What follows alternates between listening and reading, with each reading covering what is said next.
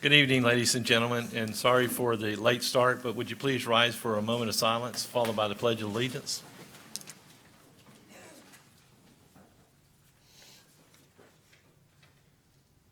Amen. I pledge allegiance to the flag of the United States of America and to the republic for which it stands, one nation, under God, indivisible, with liberty and justice for all. Don't you laugh.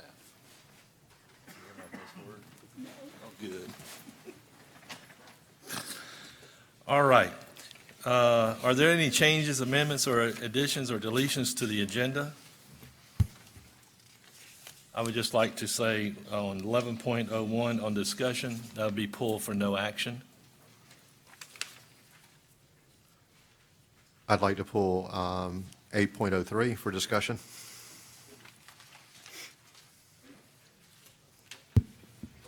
Okay.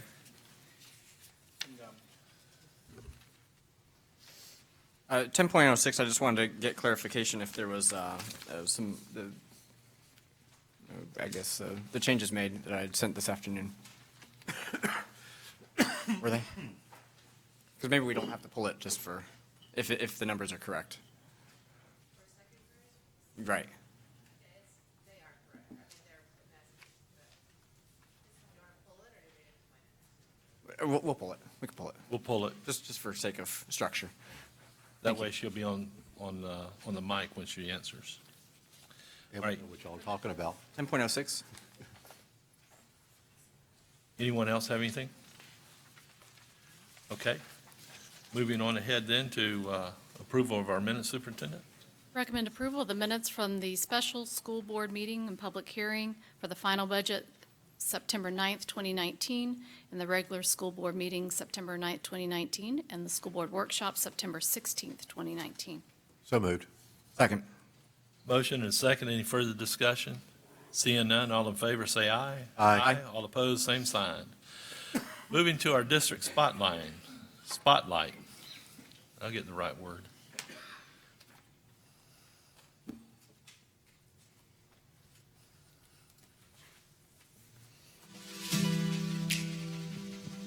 Lake County Schools is a place where our students are learning and growing into the leaders of tomorrow. And one of the best ways to learn to lead is to learn to serve. August 24th, 2019, Hurricane Dorian touched down on land. Its path was projected to lead it toward South and Central Florida, but instead, for 9 hours, Hurricane Dorian hovered in the Bahamas at 189 miles per hour, destroying homes, businesses, and lives. Lake County Schools students saw and heard of the devastation in the Bahamas and sprang into action, organizing different efforts to make an impact in the lives of those affected by the hurricane.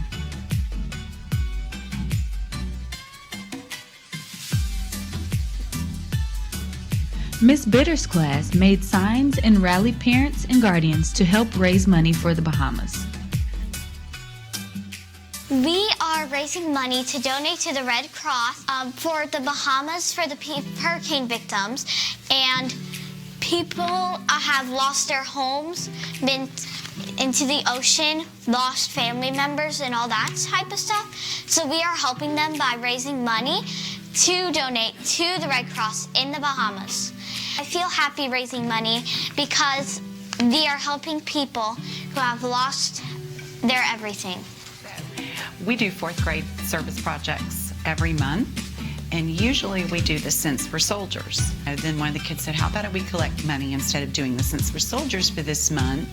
Let's collect money and send it to the Red Cross of the Bahamas to help them rebuild and help them with water supplies and food and clothing, things that, that they've lost. So what started as just a conversation has now come to fruition. We've been collecting money for this our 4th day, and we've got almost $800 in 4 days.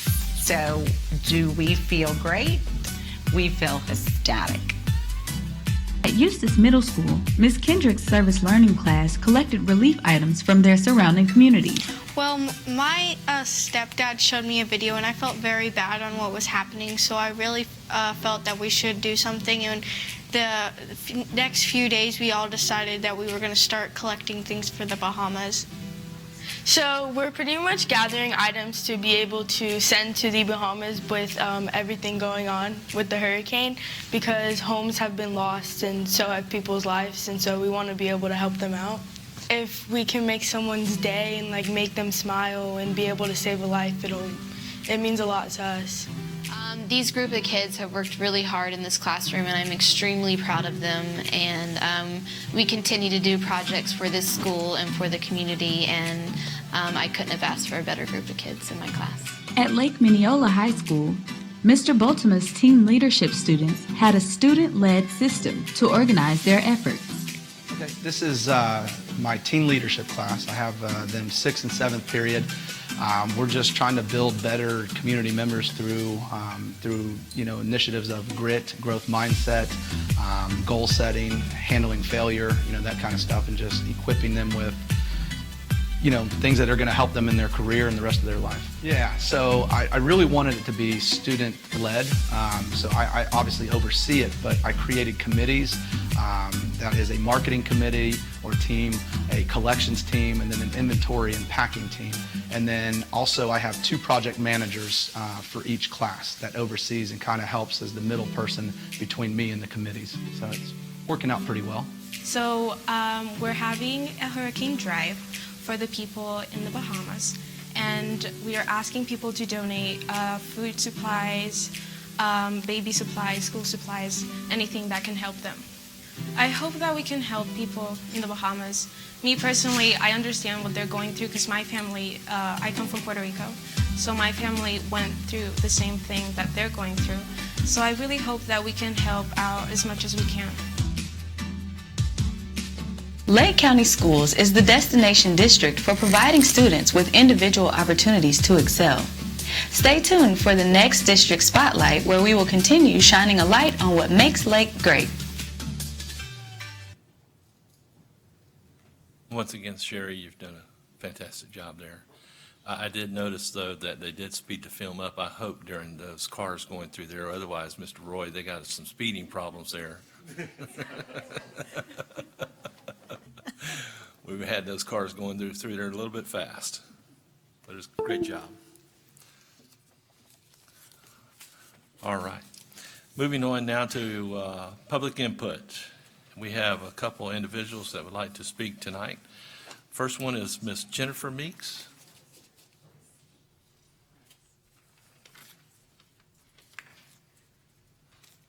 Good evening.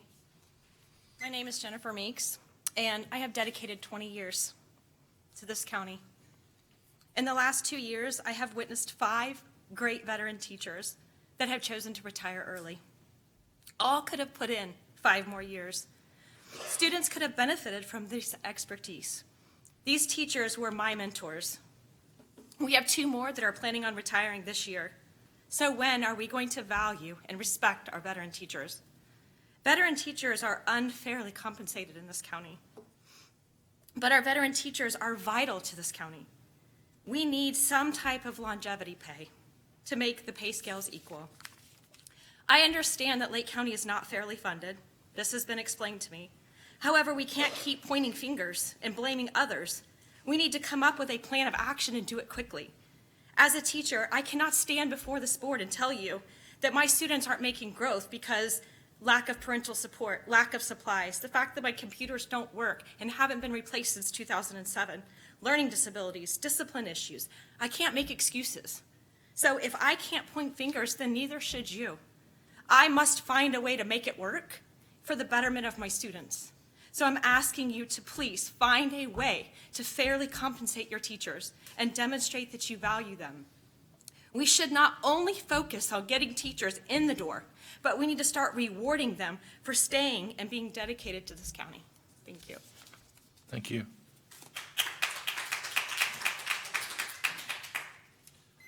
Kathy Smith. I'm sorry, Miss Kathy Smith.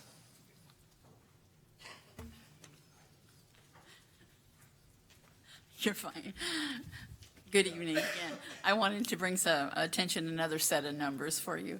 Since July, I work, of course, with the membership numbers and so forth, and I looked at the board docs. We've hired 426 new teachers, which seems little too many for me, but there have also been 59 teachers who have decided to leave.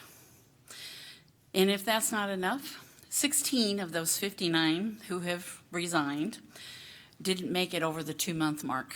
Again, that was 16 teachers who decided to leave and didn't make it to the 3rd month mark. Of course, I have no idea why they left, but it might be something to look into. How much money has the county spent on those teachers who have already left? How much money is spent on preparing them to stay in the classroom and enter the classroom? We need to have a proper exit interview system, and I do say proper one, so that everyone can understand why the teachers are leaving. The county needs to invest in its teachers, treat them with the respect that they deserve and the money that they deserve. Stop trying to micromanage every teacher, and maybe they will want to stay in their classroom and want to stay in Lake County so we can become that destination district. Thank you. Ms. Kim Cronin.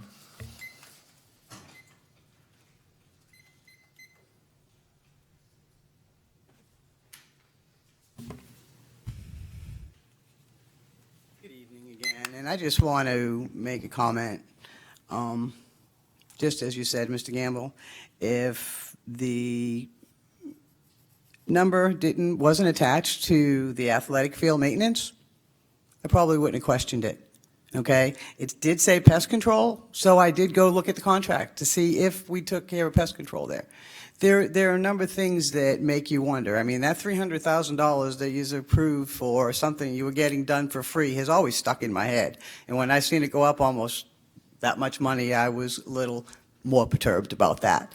The security one, at one budget, it had that it was for cameras for the schools. This is saying it's for technology. So sometimes these lists, breaking them down, showing us what you're spending the money on, clarifies things for us. Okay? On a better note, today, I spent a good part of the day at the TA PD Day. So it was training for our teacher assistants, which they all enjoyed their training. They tell me every year they come, they learn something different. And you know, your teacher assistants are pretty poorly paid. You know, one of the teacher assistants told me today, Kim, we're here because we love the kids. And that's why they're there. Another one told me that she's been a teacher assistant in the district for a number of years. She works at ELC until she makes up her 40 hours. That's still not enough for her. So she now is working at Winn-Dixie in the evening. You know, we've got a lot of public sector employees that are paying their employees $10 to $15 an hour. When that happens to come to true life, that's what we're paying, I don't know what this district is going to do. Because if it came down for you to pay $15 an hour for starting pay, you'd be scrambling for money. So we need to work towards that. We need to let some of these employees enjoy their life and with their families and not be working 2 to 3 jobs a day. Thank you. Thank you. Next we have Ms. Patty Grinnell.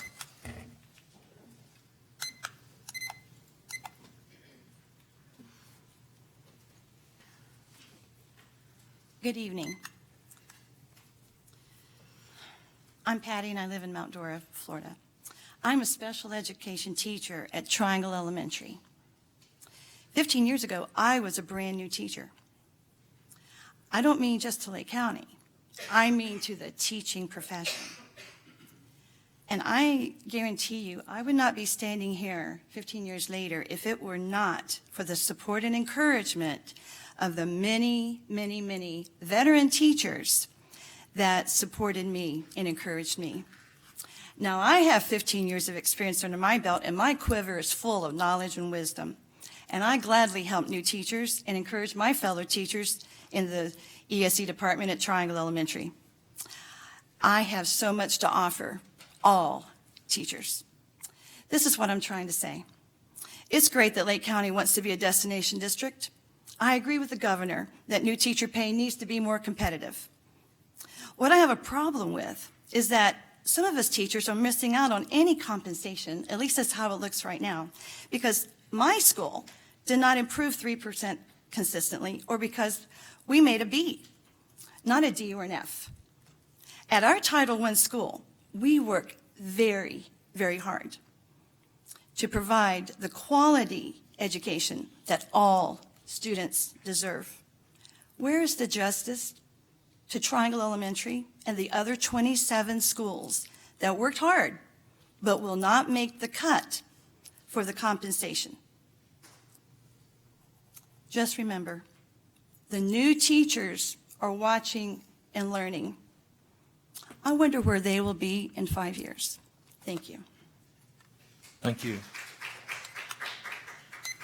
And the only gentleman we had in the mix is Dr. Tibbetts.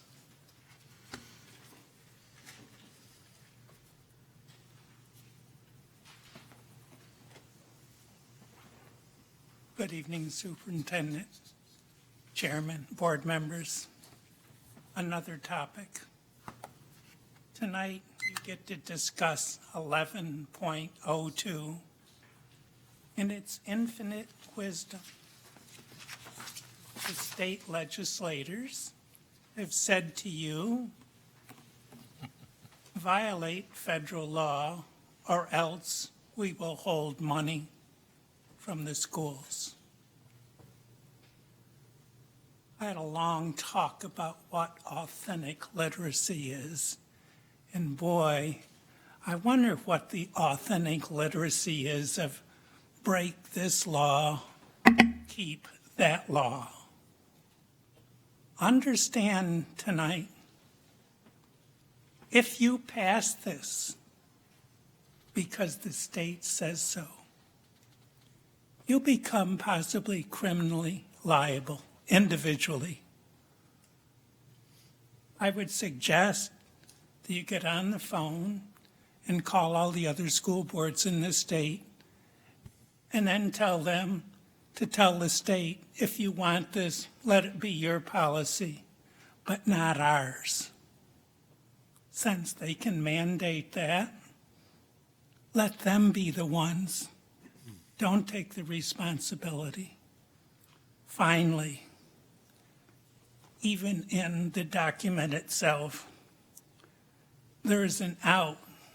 The superintendent can cancel a policy if she gets notification that the federal government is investigating.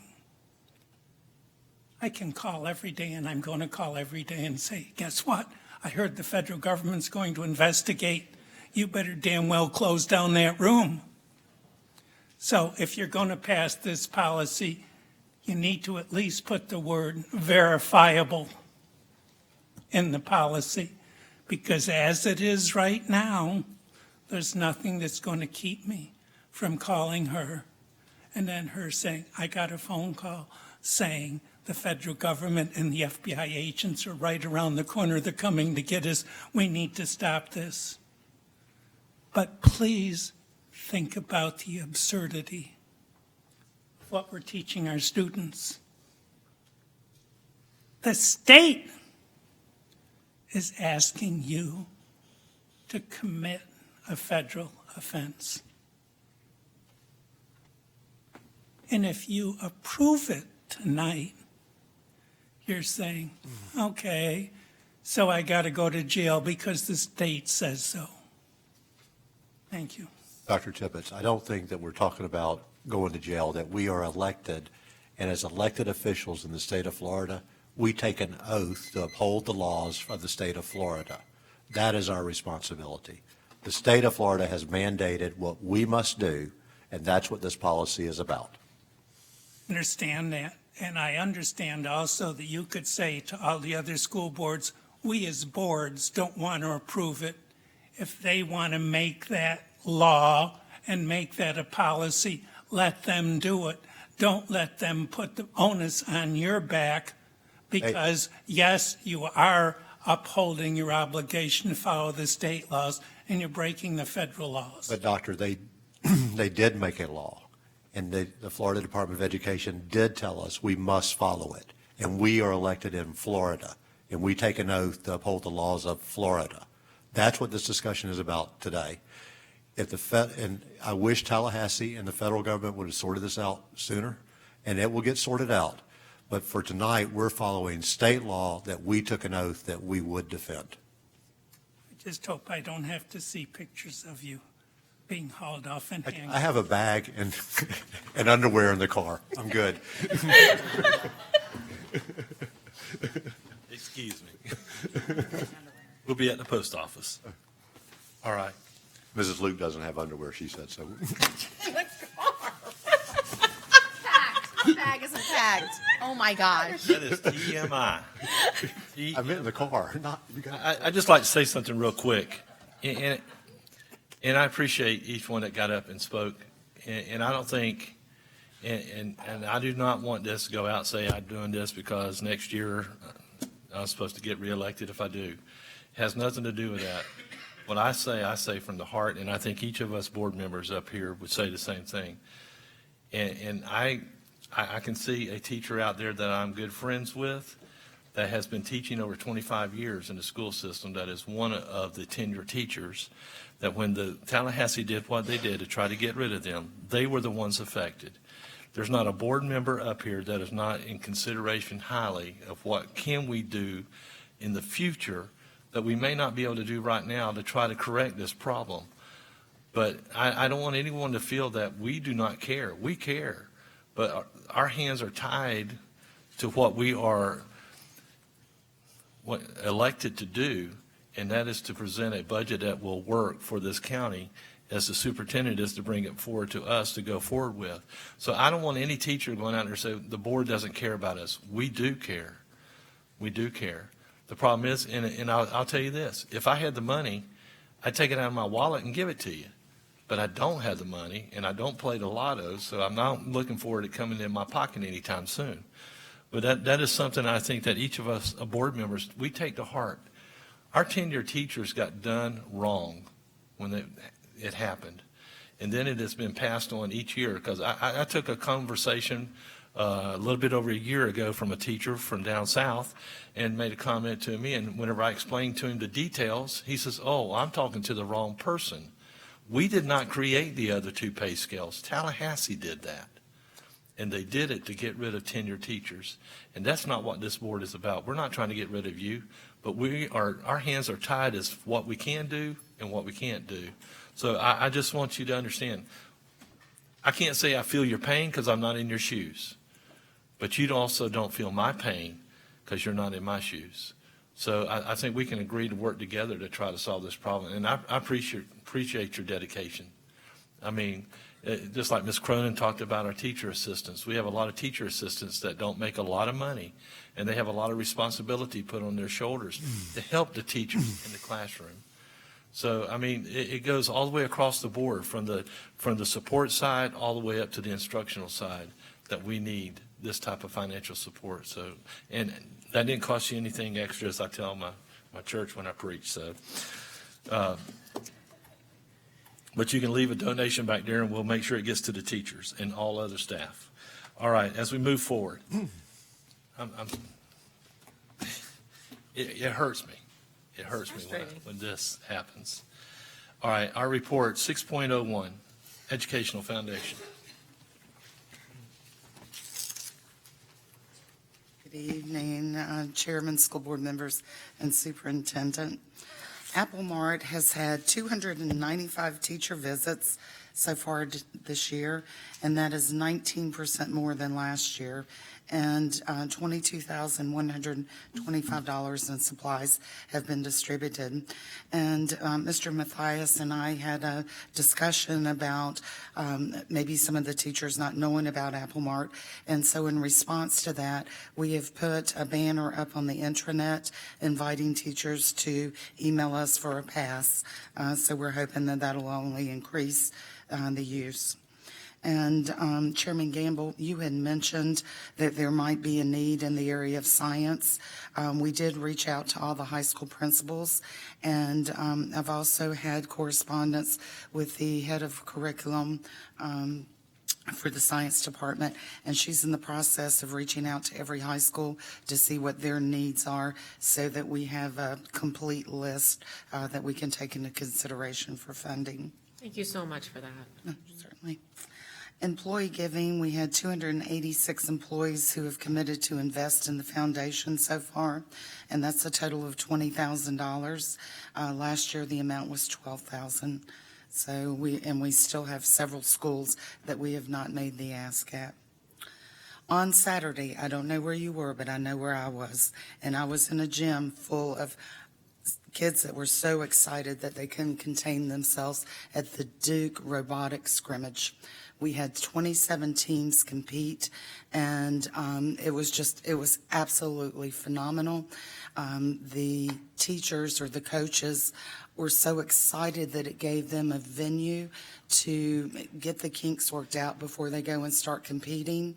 And then we were able to invite teachers who were wanting to put the robotic program into their schools. We had them as volunteers, and we were able to give each one of those 16 teachers a $500 robot kit for their participation. So it was absolutely phenomenal. And thank you to Duke Energy for providing that grant.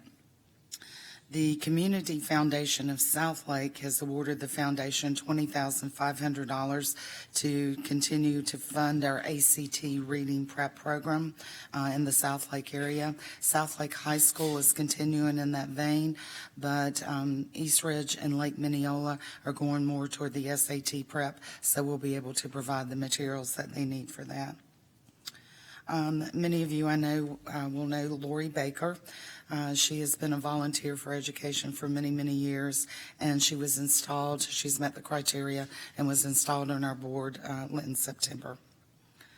And the foundation was honored by the Leesburg Partnership as the Community Service Partner of the Year, which was a very large honor for us. Work started at the Renaissance property today. We had 3 crews from the Sheriff's Department. We mowed 27 acres. We removed, I don't know how much dead wood, and at least 25 trees from the property. So the site is getting ready. And Education Day opens the fair on November 1st. We have 3,054 Lake County students signed up from 19 schools. And in addition, we have schools signed up from Polk County, Osceola County, Duval County, Orange County, Seminole County, and Hernando, not to mention the homeschoolers. So Education Day, I think, is going to be off with a bang. We have, as in the past, offered all of our Lake County school family discounted tickets to the fair for them and their families. Our visioning committee is vetting the 16 applications for the CTE pot of money, which is from the state matching dollars. And they'll be making recommendations to the board for funding at the next board meeting. These applications, there were 20 total, but they were vetted with risk management, head of facilities, and CTE before they came to our board to make sure that they were meeting policies and needs within the district before we voted to fund them. But at our board meeting on October the 23rd at noon, in the district office, we'll be making those funding decisions. Any questions? I was just looking at my phone calendar to make sure that I did not forget the 30th, so. The 30th, we'll be bringing in propane. That's Thank right. you. All right. Thank you. Thank you. Thank you. Moving on to 6.02, attorney report, Mr. Johnson. Nothing. All right. There's no unfinished business, so Superintendent, do we want to go ahead and approve and then come back? Yes, sir. Okay. I recommend approval of consent agenda items 8.01 and 8.02, 8.04 to 10.05, 10.07 to 10.21. So moved. Second. A motion and a second. Any further discussion? Seeing none, all in favor, say aye. Aye. All opposed, same sign. All right, coming back to 8.03, Mr. Mathias, you asked for that to be pulled? So I'd like to ask Mr. Carr if he would give us an overview, because at first glance, spending $180,000 on food service, I had a number of questions, and he was more than able to answer it. So if he'd give us an overview of what this program is about. Thank you, Mr. Mathias. Yes, I've been working with Linda Milliken, the supervisor with food service. We've been working aggressively over the last, I guess, going on 2 years now with menu planning and design. And this is the latest step in that. We've transitioned into software from Heartland Mosaic to now basically Meal Viewer. And as you see before you, the bulk of the expense is a digital display of Meal Viewer to include software enhancements. Some of the stuff is really neat with regard on the practical application with our nutritionalists. All menu items are available with the nutritional content. Likewise, if there's any menu change, it's done in real time. So if there is a shortage, if we have a problem with deliveries and we have to make a change in the menu that day, it can actually be posted through this digital display, which these monitors are going to be located in the cafeteria. So again, on the application with the nutritional content and the value of each meal, it also assists the nurses, so they know the content of the caloric intake as well as the ingredients to see if there are any allergens. With the allergens, or if there is a student that has sensitivity or allergic to any of the items on the menu, that has an app where the parent can load and basically create an alert. So that alert can be sent not only to the student, to their phone, to the parent. So if there is a meal that's planned that has an ingredient their student or child may have an allergic reaction to, they can warn against them and say, hey, don't eat this today. Today's the day we can take a bag lunch where you can go in, or more importantly, they can eat a meal that is non-reactive to them, and they can assimilate with their peers. So that is something that really is real advantageous, for all of us. And in addition to that, a couple of things with regard to the viewers themselves, actually the screens themselves. They're pretty diverse. In addition to the menu, they can announce school activities, highlight certain sporting events, any type of event. It's basically limitless of what you want put on it. I'd like to call it our internal billboard, our electronic billboard. We can put any type of message. For example, Carmen, we can give acknowledgments to the individuals coming out to the Ren Fair and support the Ren Fair and that kind of thing, just as an example. But one of the things that Mr. Mathias and I, as well as Linda, are most excited about, and I think Dr. Burns, you would also appreciate, as you and I have had numerous discussions, is this will be the first time where the students will have interactive participation in the meals themselves. So they'll be able to rate the meals on a scale of 100, and for any student that has difficulty doing that or whatever, there's other means to do so, for example, like a color scale or perhaps even a smiley face or a frowny face, whatever.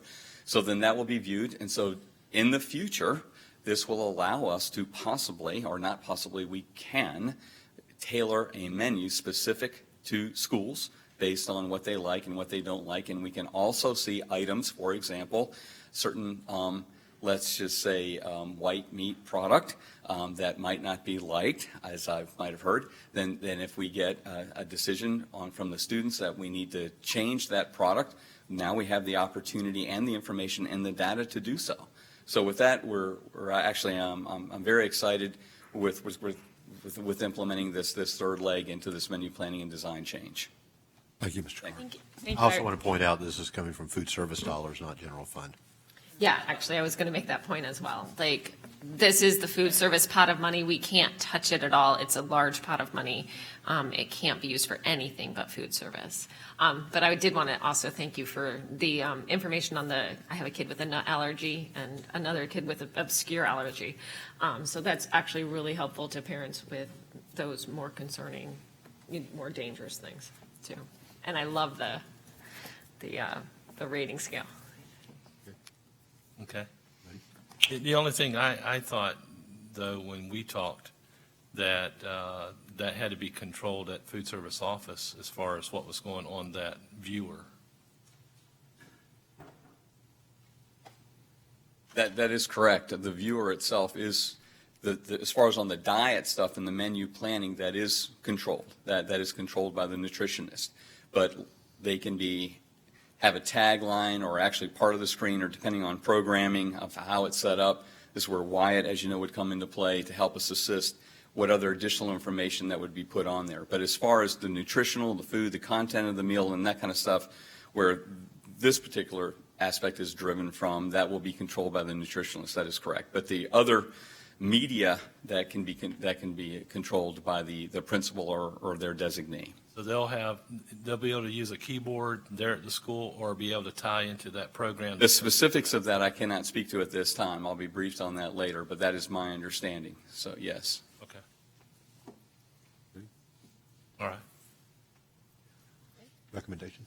Recommend approval of 8.03, the piggyback agreement for the dietary cafeteria signage. So moved. Second. A motion and a second. Any further discussion? Seeing none, all in favor say aye. Aye. Aye. All opposed, same sign. Moving on to 10.06. Mr. Dodds. Yes. I noticed that a number of the various approximate total testing time indicators were not quite right, and I think many of those corrections were made. But my final question was one I had noticed this afternoon with the iReady math and reading for second graders, where in the column it says that it's 2 sessions, but there are actually 3 listed in the district window for them.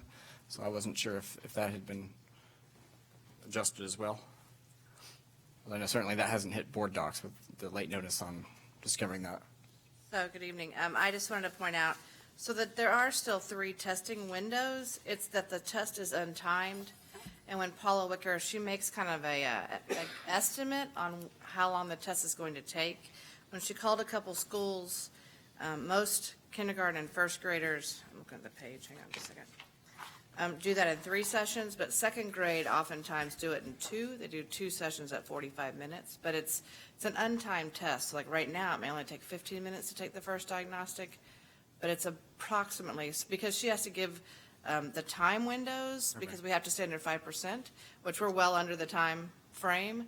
And so when she called around, that's the time that basically a lot of people said they did it in second grade, did it more like in 2 sessions with 45 minutes. 2 sessions for each administration of the test, or 2 sessions for the year? That is correct.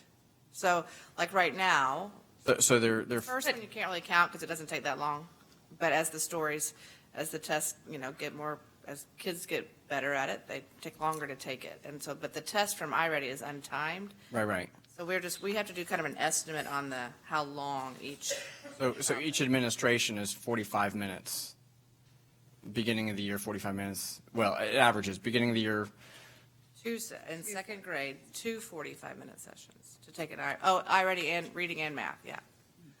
Okay, because even just looking at iReady, so iReady reading, just looking at that one, it says for second grade through 5th grade, 2 sessions, for 45 minutes. So that's 45 minutes each time they take the test? Yes. So and they're going to do it 3 times. And they give it 3 times. So you're looking at 6 sessions. It could take up to 6 sessions at 45 minutes. So why did we add a session? Why did we add the mid-year? Well, hold on. Okay. Yes, well, that question too. But that, so if 45 minutes times 6 is 270 minutes, but we've only said that there are 180 minutes on our chart. Well, I think it's because it's an average of what they take it at. So they give up to that much. But I think that and I don't know, I may have to have Melissa. Is Melissa still here? Where does it say total minutes? Finding a little bit more. The last page okay. gives you statewide assessments, district assessments, and the total. And for the district total, it says for that is, but it. It's 60, they give about 60 minutes. So I think she's using some approximations there. Because when she asked iReady, it's an untimed test. Right, so anywhere from 15 to, we haven't had kids that take much over that amount of time. So if 180 is the correct number, then should we do the 180 divided by 60 to figure out that each session is 30 minutes versus 45? Yeah, I mean, we can. I guess I'm trying to figure out if it's 180 or 270. Yeah, I think the 180 was still a conservative number, because I don't think it takes kids that long either. But some teachers do allow that much time. So, and I can check with her, but basically we have to get those numbers by calling testing coordinators and saying, how long are kids taking? And one of the things that we know that she said we could do a better job of is right now we can't use the first test because it's a shorter test. If we use that amount of time, we wouldn't have an accurate count. So she said if we wanted her to, that she would look at that at the end of the year, and I already can give us how long each kid took to take the test, which is something that they offered to do if we needed it, like how much testing time they had. And we'd have like the average, we could actually do the real numbers. I think she's kind of estimating, and I sent you that email this afternoon, but basically she talks about that she got some information from curriculum, and then she asked iReady, and they talked about it being untimed, and that it can be given over multiple sessions. And she called 2 elementary schools to see kind of what they gave. Some of it was 15 minutes to 30, and spring usually took between 30 and 60 total. Okay. So I think that's how she arrived at some numbers. All right, so then perhaps then if we're arriving at the 180 being the more accurate, then we shouldn't say that it's 45 minutes Would you rather each. just say 180 on this testing time? Well, It'd be easy. I wanted to say whichever one is the right answer, but I just feel like the two places should match. Okay. Right now, one place says it's going to take 270 minutes, but then a few pages later it says it's going to take 180 minutes. So I don't know which one is right. I get it. I missed this when I was going through the agenda, maybe because it was in amongst the, I mean, it's my fault, but, or I would have asked questions during our meeting. But why did we add the mid-year for iReady math, especially in early elementary? We've always had 3 sessions. What are you asking? I'm not sure I know that. I thought we got it down to 2. That was for the upper grades because we decided not to use the end of year because we had the FSA. Right, because we have FSA. We always give a 3 window for K. Okay. We never had just beginning and end of year for K2? I don't think so. No. Okay. Those haven't changed. We didn't make major adjustments on the calendar. Okay, and then I'm looking at, help me with the chart. So if I take 13, the chart at the end, you don't have to help me. I can tell you that 1350 minutes is 22 hours of testing. And that's a lot. So that's 10th grade, 1345 is roughly 22 hours. That's 10th grade. And then 8th grade is in that same boat. So we're talking like half a week if they were to do it 8 hours. I think that's insane amount of testing. Does that even include the AP tests? So those are all those are mandatory statewide assessments. And then you add in our local quarterlies and our mid-year. And we did add to our local quarterlies. Right? We added, not this year, we added them last year. We added a first quarter and a third quarter versus a beginning of the year, mid-year, and then we didn't have an end of the year. But now we have beginning first quarter, second quarter, third quarter. The second Not quarter have is a second optional. quarter. It's an optional test. And a lot of, believe it or not, many schools are using it because they are getting to be better and more aligned to what they're teaching for that particular quarter. But it is not on here. It's an optional test. It's not counted in the minutes. And in those minutes, does it count AP? No. I'm sorry, what? It's a voluntary. Those 22 hours of testing that are 10th graders, for example, they also are the kids who have AP tests. Does that 22 hours include AP tests? No, they're not, because they would not be included on, the window is on this calendar, but we can't predict. Who has AP, right. So that's just This chart is just the mandatory statewide or mandatory district-wide assessments. And this is submitted Right. to the state. Yes. What I thought was interesting is watching the flow from other districts in the Central Florida region submit their testing calendars to the Central Florida School Boards Coalition. I think they met today. Who's that? Is it you? I didn't go today, though. I couldn't I go. I don't know who went. Did anybody go from Lake County? You said you were going to send representation. I told you I wasn't going. Well, I go sometimes, but my kids were all home today. Well, what That's why I didn't go today either. What I 'cause found the kids were- interesting from the information, that there are a variety of districts who had considerable fewer number of mandatory district minutes than we do. And so as I was kind of looking through those, I couldn't help but wonder, how are they getting less than that? And it seemed like the districts that have fewer mandated minutes at the district level are not using iReady. They've got either their own district quarterly type assessment, and I got some encouragement when you kind of gave a preview that maybe some of that might be in the works for us. We are very interested in pursuing the idea of looking at local assessments. I think one of the things that helped us begin to do that is to use the first quarter and the third quarter as to see if people thought that the Performance Matters Assessment Bank would give us some quality questions. That's a place to start. And we've gotten some really good feedback on those. I think we're waiting for the state standards to come out till we really invest in that, because it is a lot of manpower to do that. Because if you do it right, you need, first of all, we need writers, and they have to be vetted. Then we always want teachers to look at them and revise them and edit them and make sure that they're aligned. And so we want to make sure that we're not doing that to any kind of old standard system. So we're kind of waiting. This year's we want to pilot some of those. We do have 2 schools giving some mini assessments using those questions that are available to us. And so we are interested in pursuing that. Of course, as you know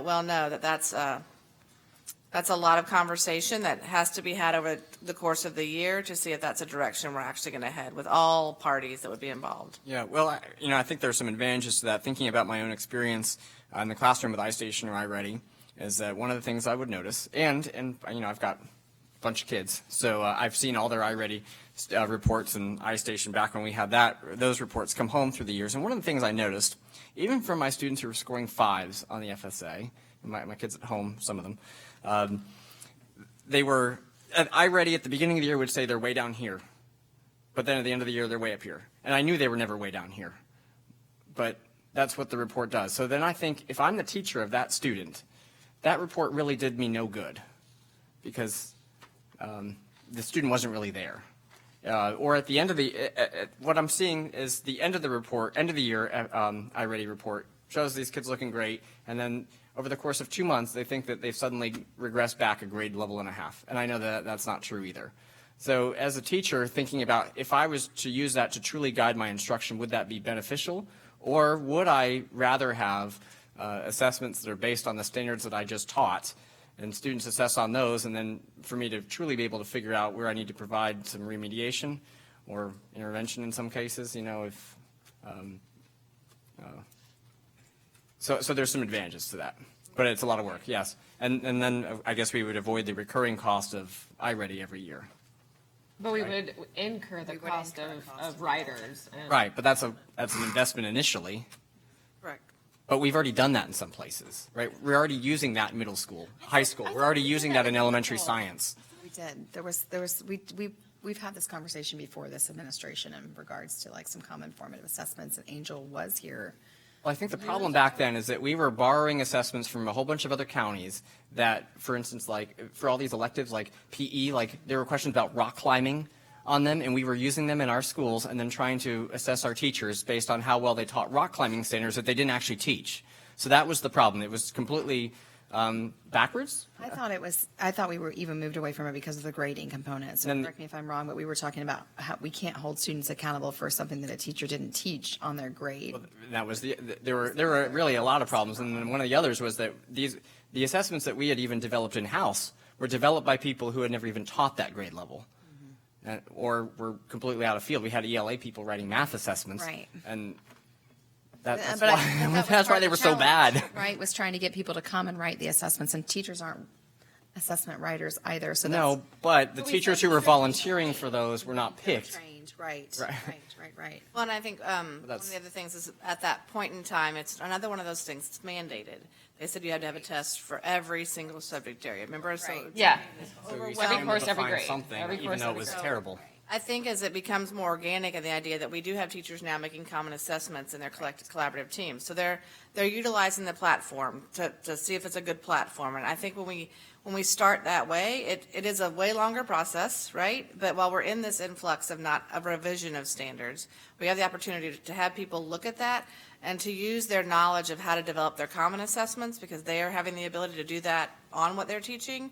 Because you can use a teacher bank out of Performance Matters, and you can hold out like a district testing bank. Like you can they'll give you questions that maybe you don't release to teachers but look the same way, and teachers also help make those tests. We always have to have people help us make the test. I mean, whether it's program specialists, whether it's the assessment accountability department who usually starts the work, and then we know that unless we have teachers put their eyes on them who teach the content, then people will not think that they're a valid test either, so that's been somewhat of the pushback, is that, so we really have done a good job, I think, the last 2 years with the LSAs and the new quarterlies.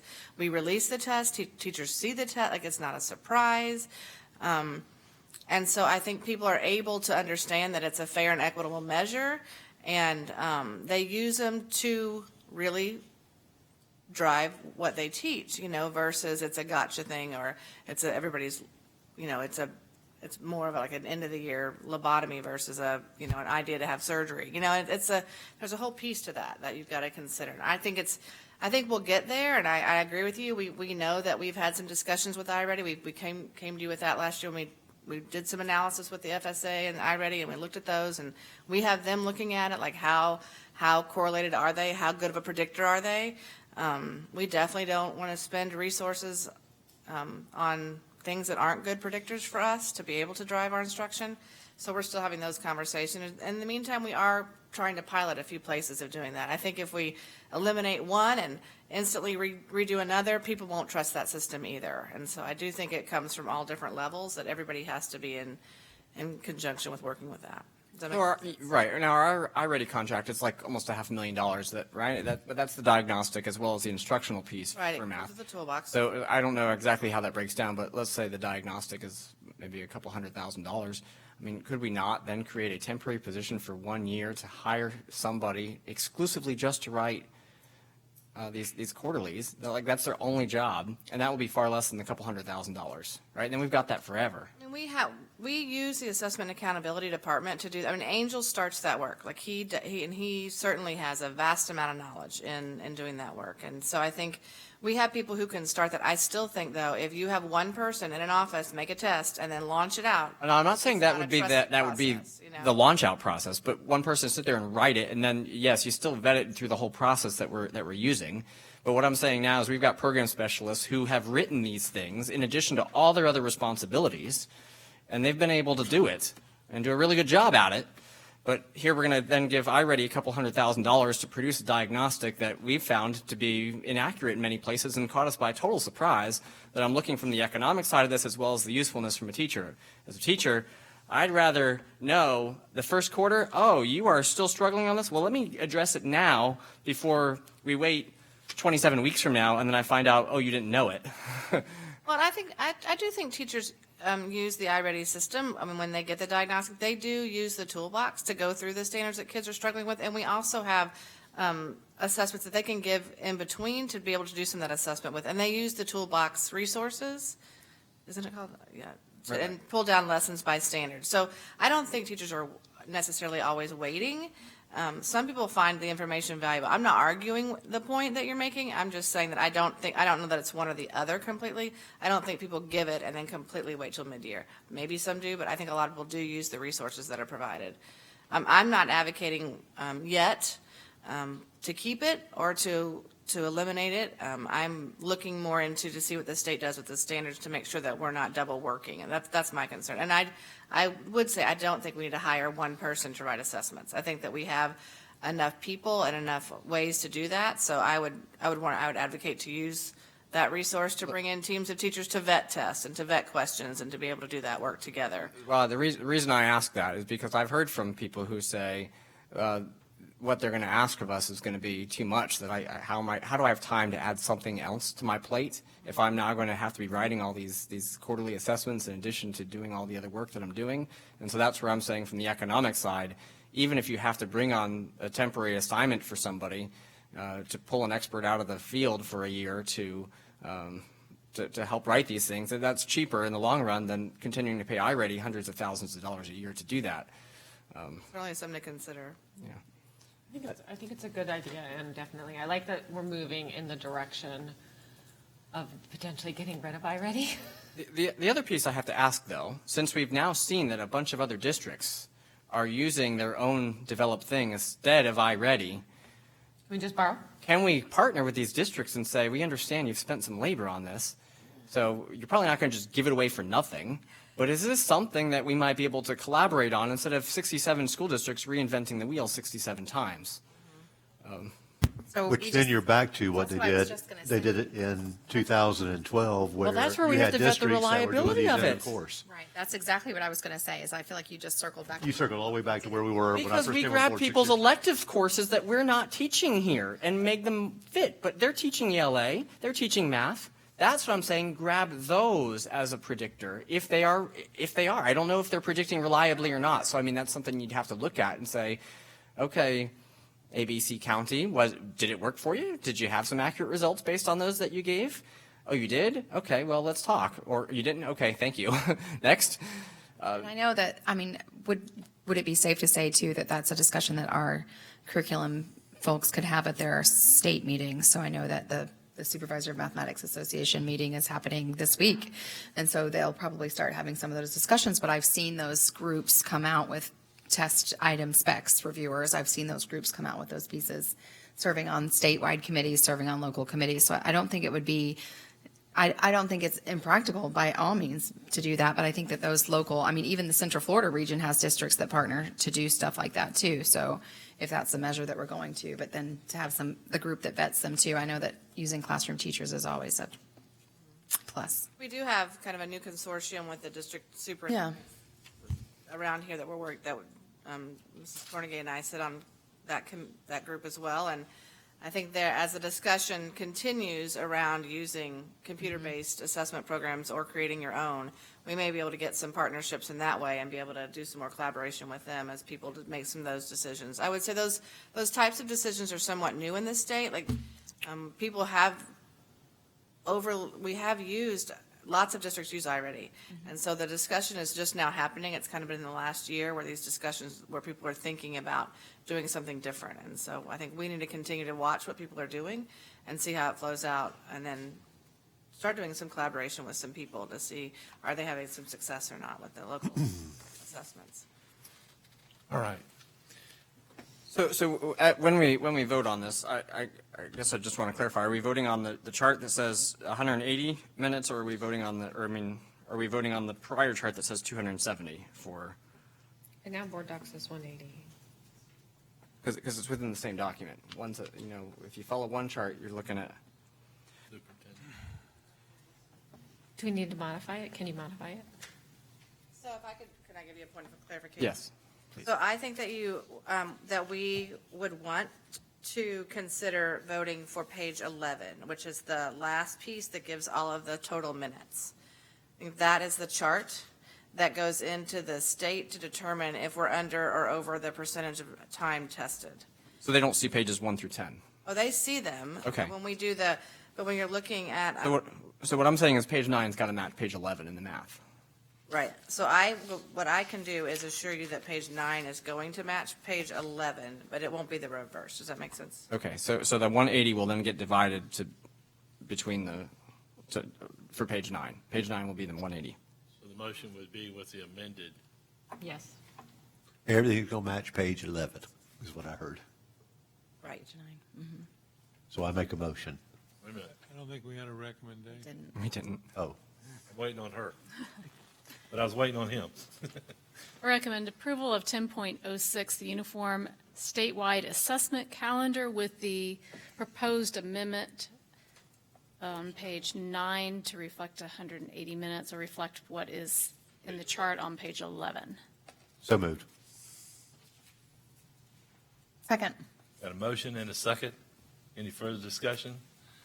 Seeing none, all in favor say aye. Aye. All opposed, same sign. All right.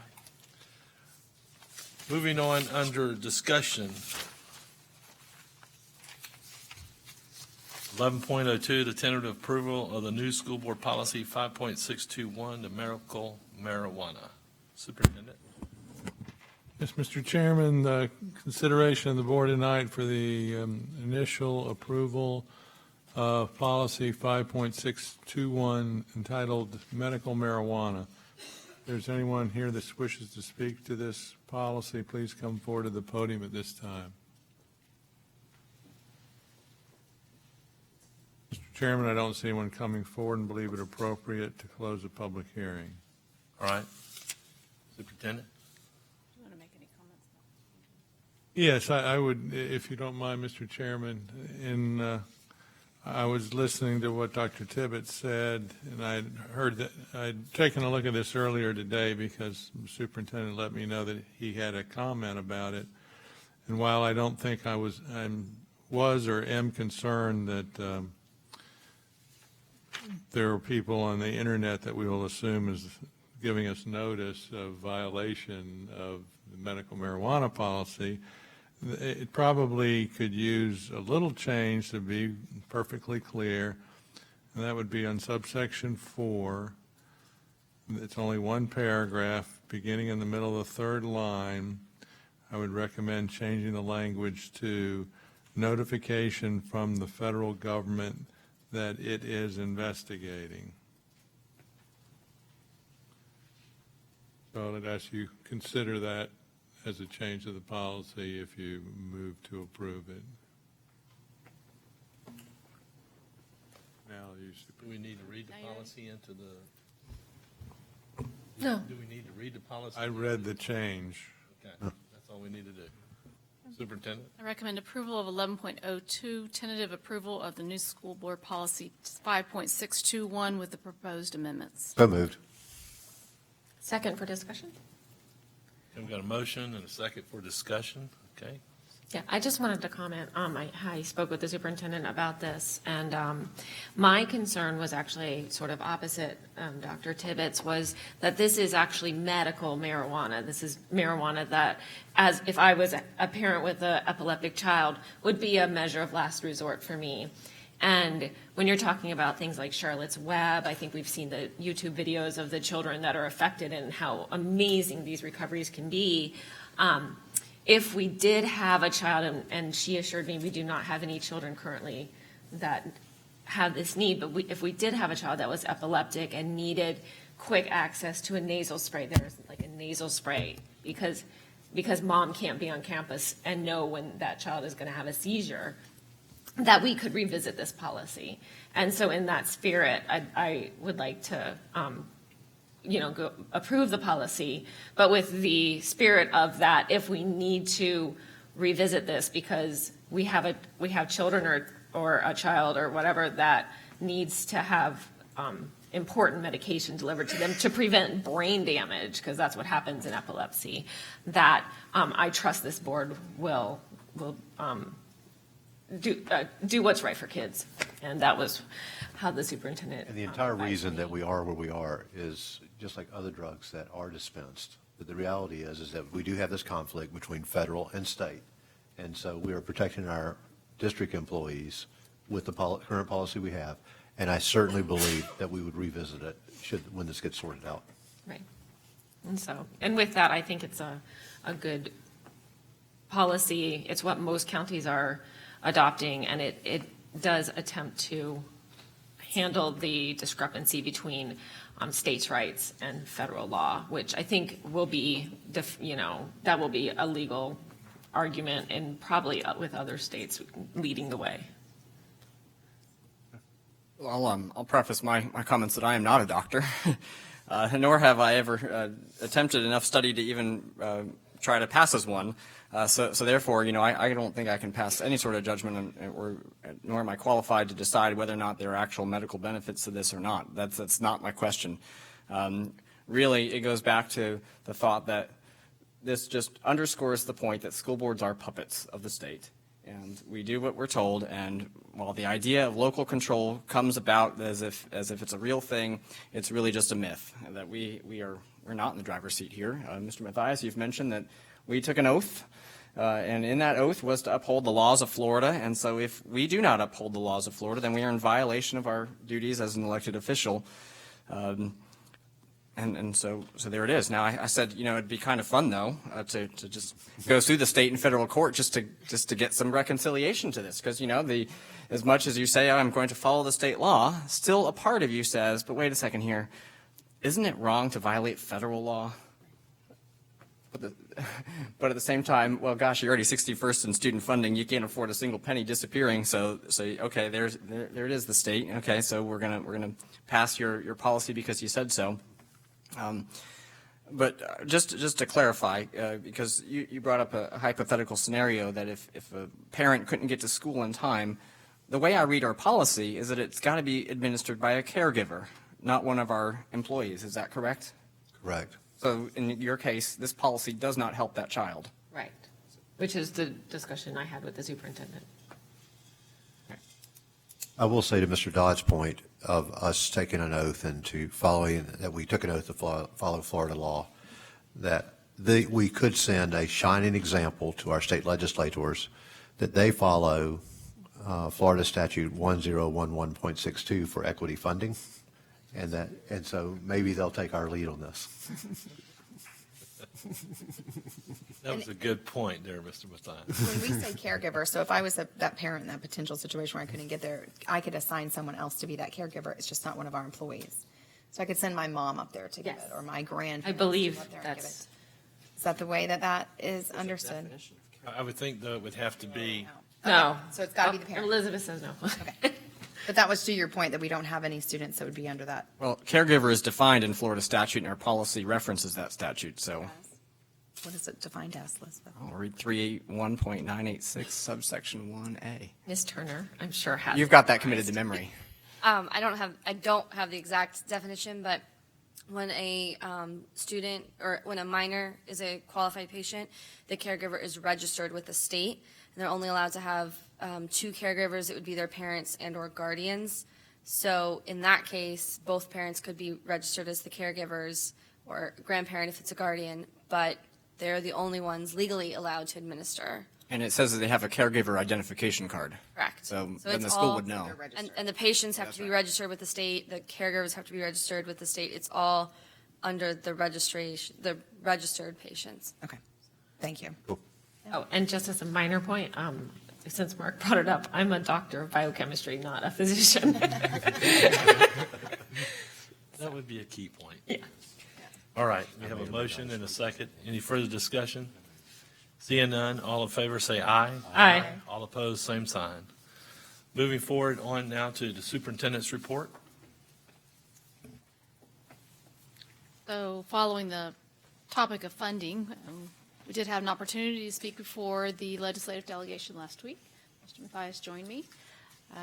Prior to that meeting, we also had an opportunity to highlight our CTE programs. It was an opportunity to let our legislators know the good things that are happening with the funding that they gave us for both the Leesburg High School Academy as well as Eustis High, and our appropriation that we're asking for this year for the HVAC program for Umatilla High School. So that was a nice opportunity to showcase the great things that are happening in our world of CTE. Ms. Ellis actually did the presentation and did a great job with that.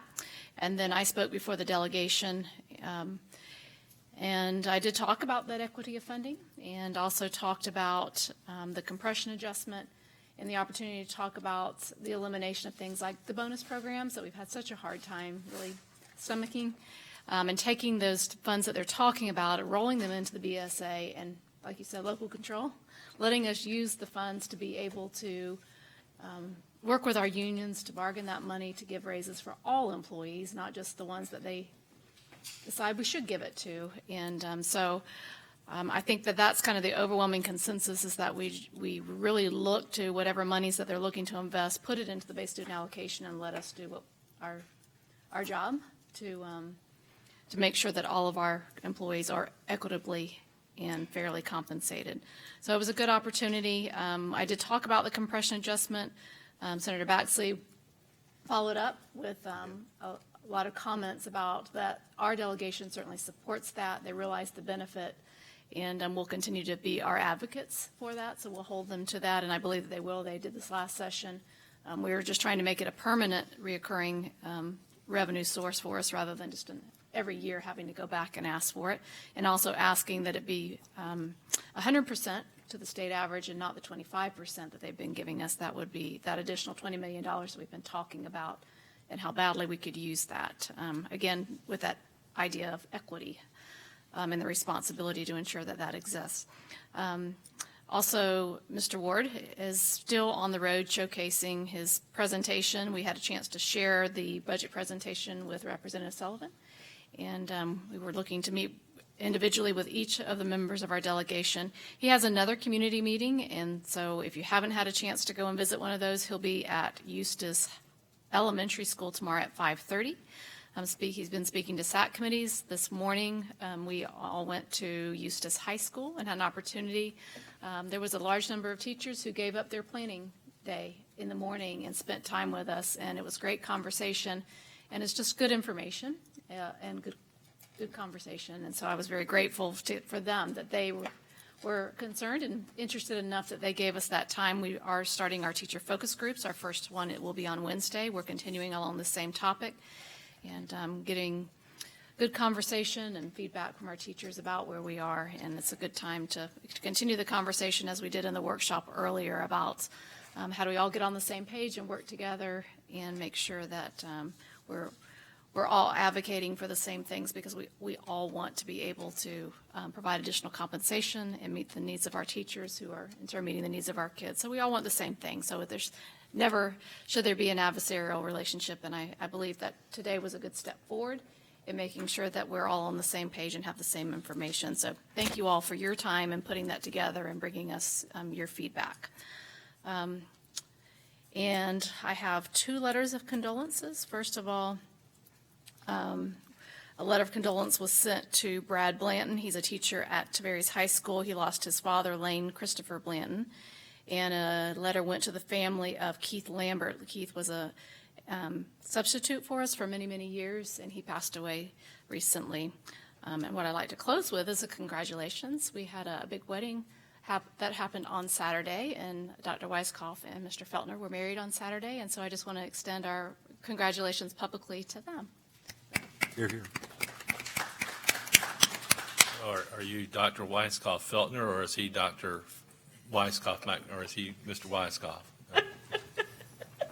She's blushing. All right. Moving on to board comments. Mr. Mathon. I'm good. We've had a good, long day.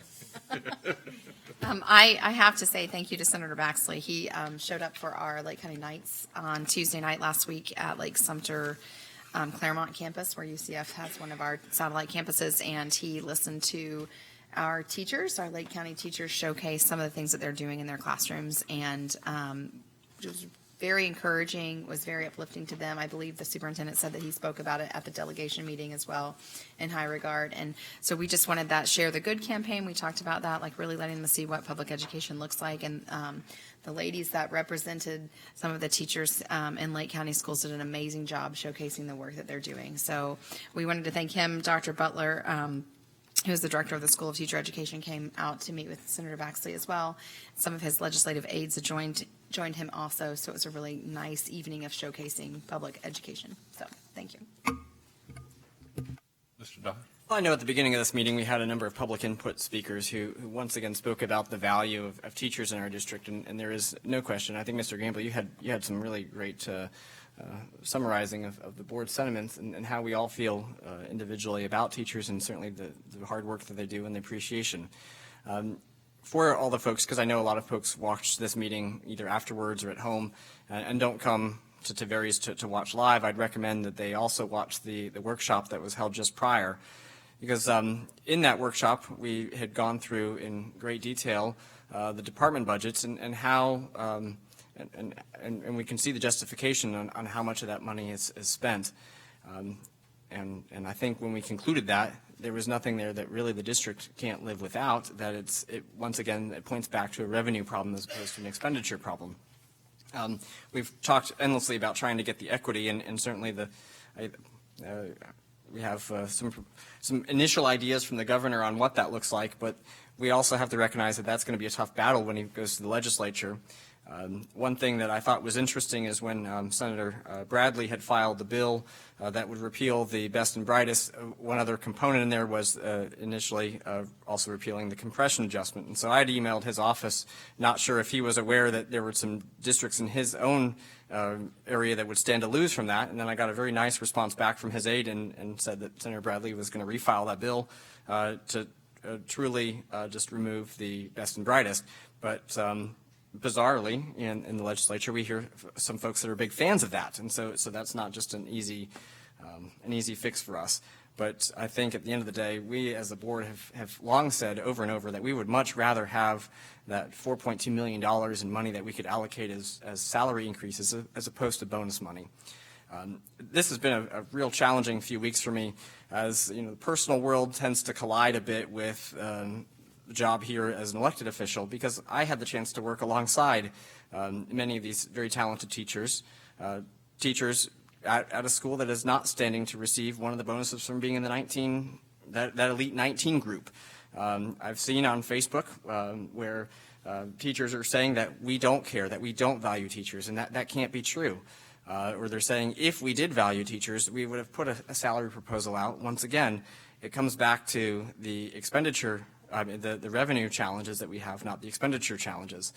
And I also take great offense when people say that people I've known for 10 years say, you're just hiding money. I've been through the budget a million times, and we're not hiding money. That is not happening. So I just once again give that encouragement for folks to go back and look at that workshop that we had prior. And I'd also give some encouragement for all the folks with a vested interest to continue looking through the budget and finding recommendations so we can continue dialoguing about where we could possibly save money. I know that what we're up against is a big challenge, particularly at this point in the year where 80-something% of our budget's committed to salaries already, and we have people in positions right now. So that makes it challenging, but still, I just hope that those lines of dialogue will remain open. But most importantly, through that, I hope that we can then be a united front. That what I'm finding often is that people are fighting us, and then we're turning around and fighting Tallahassee.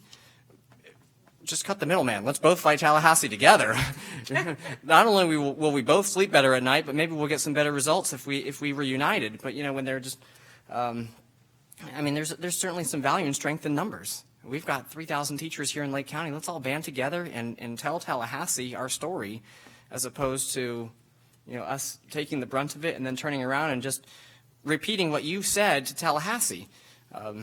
We really need power, and we need your support to do that, to be that champion. As we're trying to find real solutions now, we just can't make the money appear, and so that's where we really need help. One thing I was hoping that I would also throw out there, because a remark was made during public input that we hadn't replaced an elementary computer since 2007. When I first was elected to the board in 2014, that was one of the most pressing concerns for me, because I came from a classroom where the computer was shutting down in the middle of lessons, and I thought Dr. Wheeler and his team had gone out and had done that. I think it was in 2014 or 15. So I'm not sure why that somebody thinks that there's a computer still from 2007. But then just a few weeks ago, we as a board approved another round of refresh at the elementary school. So this should really be their second refresh, which is a far cry from the 31-year refresh cycle that we first saw back then. I think IT has made major strides to fix that. So I'm not sure why we've got a computer out there from 2007, but I don't know if maybe you all want to circle back and figure out if this is some anomaly, but I know we've. Okay. All right. Oh. From 2007? Okay. Well, there we go. Okay, those got to be high on the list then. All right. Thanks. I too wanted to express my frustration.